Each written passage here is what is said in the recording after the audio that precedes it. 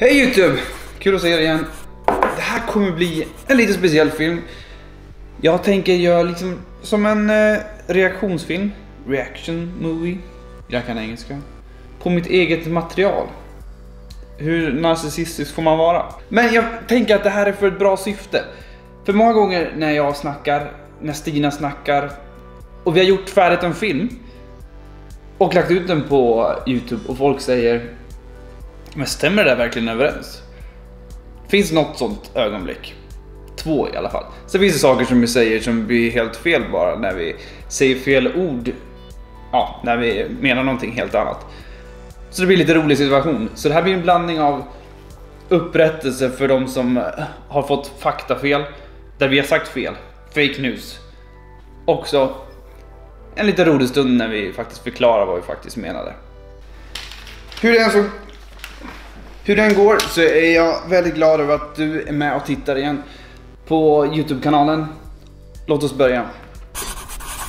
Här är från Israel. Vad ska du göra? Eller packa för Israel. Du vet om att det är sommar nu, alltså det är fortfarande lagligt att köra drönare. Snön säger annorlunda. Ren lögn. Men med glimten i ögat. Det var också för att det var inte lagligt att köra drönare just den tiden. Men det blev lagligt sen. Då. Vi kommer hoppa lite i tidslinjen. Här är i alla fall från Svenska sommaren. Visst är det Schumacher som vi pratar om nu? Ja, exakt. Han ligger ju i dvala. Ja, fortfarande. Eller vad kallas det? Ja, koma. Ja, Koma det heter fortfarande. Det har ju varit ju upprättelse direkt där när Fluff förklarar att det heter inte dvala, det heter koma. Men det blev en rolig stund därefter. Det är jättetragiskt. Men alltså det var ju flera år sedan han stod i huvudet. Ja. Det var ju flera år sedan han... Alltså, är det kul tycker ni? Nej. Han har gått i ide. Elina hade ju ett komiskt geni. Ett roligt exempel på i alla fall när jag säger fel. Jag tror faktiskt att det här kommer bli en av de roligare filmerna på kanalen. Antingen så tänker ni nu, antingen är han väldigt tråkig i övrigt, eller så tänker ni: jag gillar det här. Nu är vi i Thailand och kulturklockan. Nummer 4. Ja, det här är en sak som jag lärde mig av min pappa idag. Att det är på grund av att det här har varit en engelsk koloni. Thailand har aldrig varit en engelsk eller brittisk koloni. Det kan bli lite fel ibland. Men ja, det här var ju en sak som vi fick höra. Det har aldrig varit en brittisk koloni, förklarar våra kollegor. Och ja, källkritik, ungdomar. Vi fortsätter i Asien. Alltså jag tror det är typ lite större än Skåne. Eller lite mindre. Och Hongkong är faktiskt, det ska vi kolla nu. Så vi får exakta siffror. Hongkong har en yta på 1106 kvadratkilometer. Skåne yta 11 034 kvadratkilometer. Så Skåne är alltså 11 gånger så stort som Hongkong. Så om man skulle jämföra med närmaste kommun på precis kilometer i kvadrat, Sölvesborgs kommun i Blekinge län är lika stort i ytan som Hongkong. Så ja, prova att få in 10 miljoner i Sölvesborg, då får man bygga på höjden. Första dagen i Jerusalem så vaknade vi upp till en dag till fots. Vi skulle gå typ igenom hela Jerusalem och se allt på en dag, vilket är otroligt krallt. Det Stina menar med typ Jerusalem är gamla Jerusalem. Så hela Jerusalem är ju väldigt mycket större. Men ja, gamla Jerusalem kan man gå igenom och se liksom de här olika ställena som vi gjorde när vi var i Israel. Vi var även och besökte ett Getsemane där Jesus spenderade sina sista timmar som fri. Jesus grät blod och... Jesus grät inte blod, han svettades blod. Och hans svett blev som blodsdroppar som föll ner.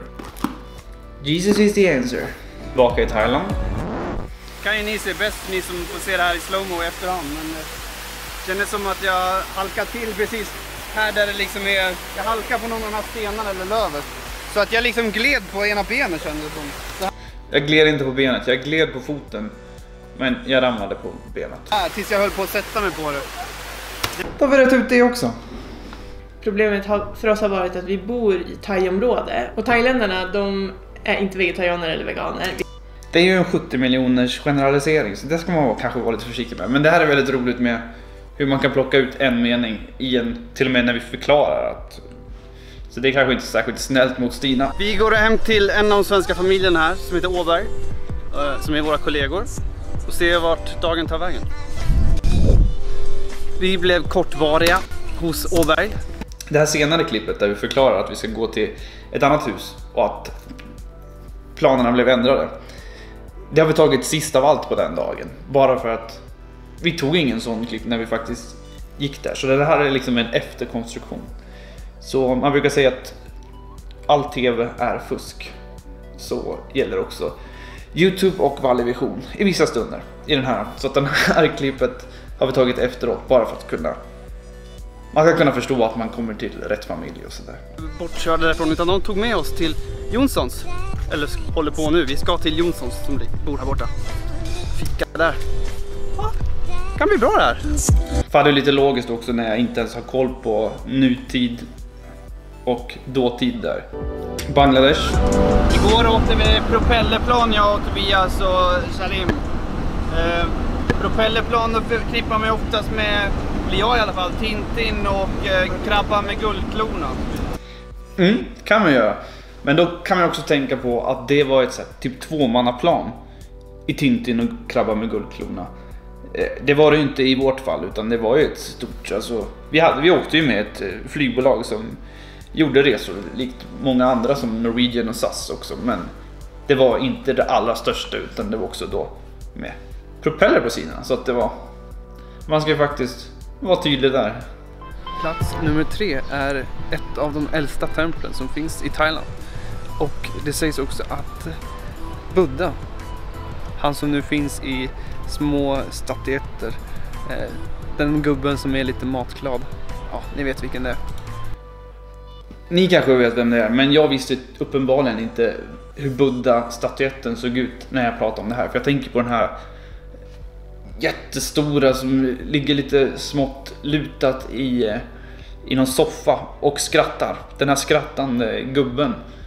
Det är inte Buddha på riktigt. Alltså det, såklart det är ju en statyett, så det är ju, men det är liksom inte en avbild av den riktiga Buddha, utan det är liksom någon dollarstore-variant som folk har. Men om ni googlar så får ni se hur den statyetten egentligen ser ut. Jag tror vi nöjer oss där. Det här var en film som krävde lite förarbete och därför har jag tittat igenom de 66 filmerna och sett om jag hittar någonting som är fel. Vet du någonting som jag har sagt som låter helknäppt eller som ni vet är fel? Skriv då det i kommentarerna.